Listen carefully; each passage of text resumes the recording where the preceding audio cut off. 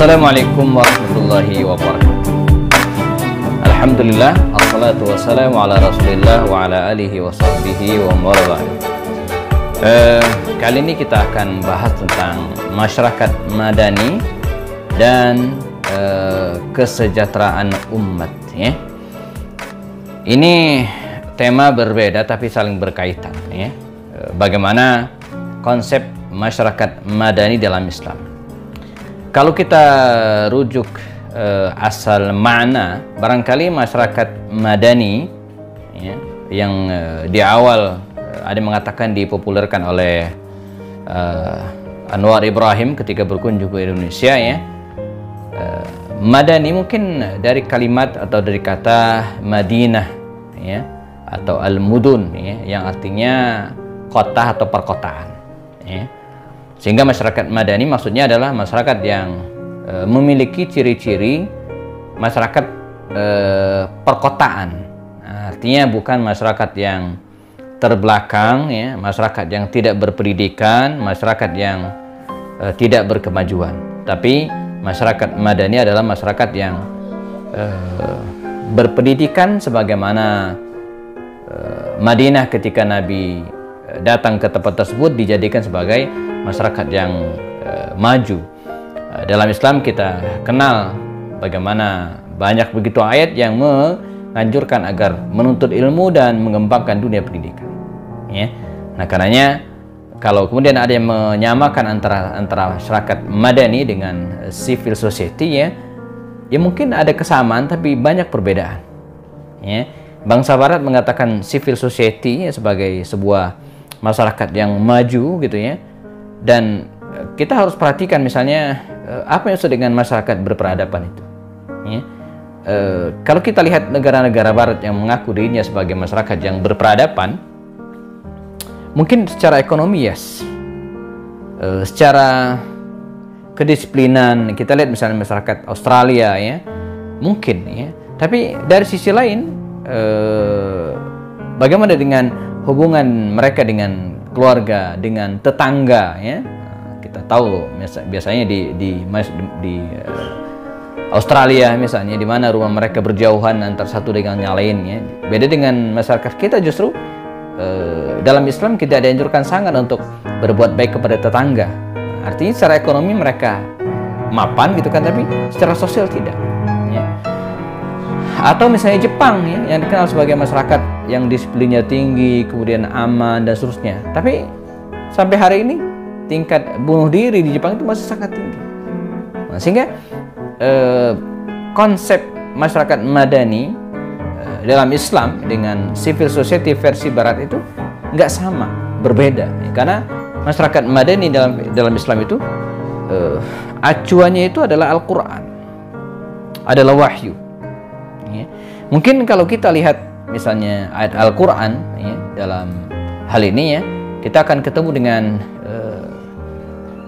cerminan masyarakat madani itu mungkin rujuk pada masyarakat yang disebutkan negeri Saba, ya, dalam Al-Quran, ya. Allah Subhanahu wa taala menjelaskan, ya, masyarakat Saba di mana Nabi Sulaiman mungkin, ya, yang disebutkan dalam Al-Quran surat Saba ayat 15, ya. Allah SWT mengatakan, laqad kana li saba'in, ya, fi maskanihim ayah jannatan an yamini wa shimal kulu min rizqi rabbikum washkuru lahu baldatun thayyibatun wa rabbun ghafur, ya.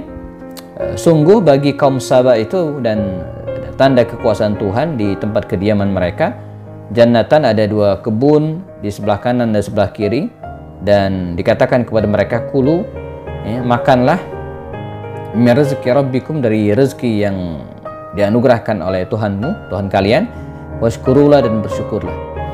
Jadi gambaran masyarakat madani itu sebuah tanah, tempat yang nyaman, subur, dan baldatun thayyibah, ya, negeri yang baik, wa rabbun ghafur, dan mendapatkan ampunan dari Tuhan. Nah, kalau kita lihat Indonesia ini berpeluang sekali menjadi masyarakat yang madani tersebut.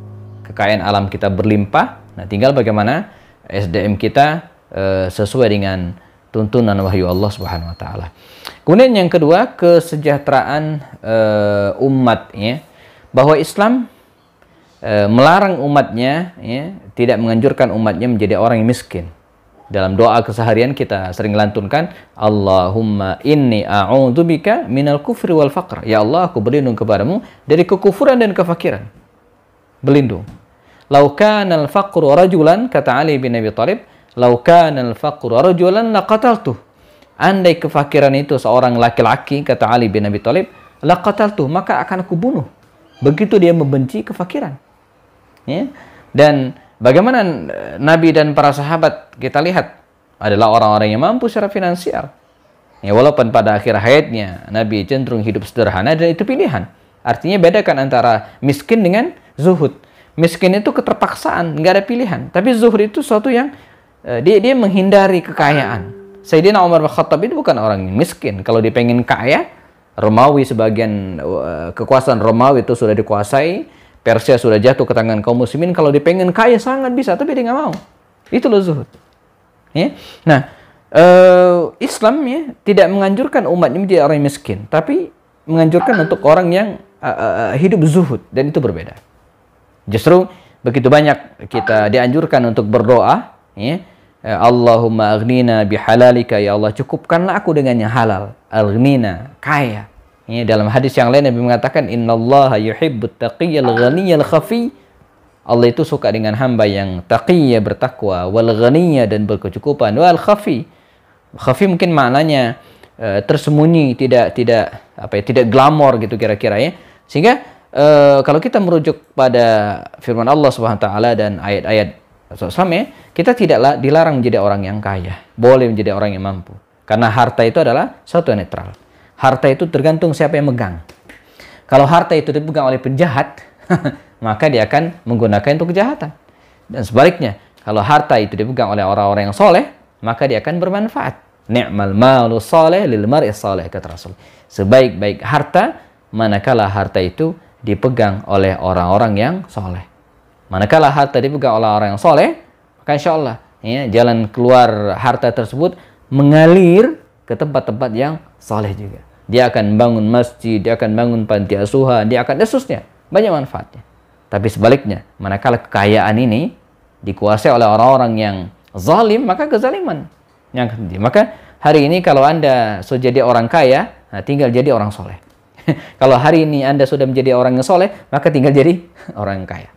Nah, bagaimana untuk mendapatkan kekayaan itu? Banyak jalur halal, ya, tapi diantaranya yang dianjurkan adalah menggeluti dunia bisnis, berbisnis.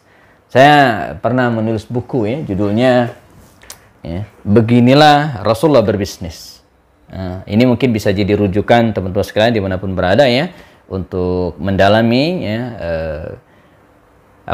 tata cara Nabi berbisnis. Walaupun dalam sejarah kita temukan Nabi Muhammad setelah menjadi Nabi, ya, beliau tidak berbisnis lagi, ya, tapi teori-teori dan etika-etika bisnis yang diajarkan oleh Rasulnya tetap ada dan dipraktekkan, ya, oleh para sahabat pada waktu itu. Jadi berbisnis atau beginilah Rasul berbisnis, maksudnya beginilah Nabi mengajarkan kita berbisnis. Semoga bermanfaat.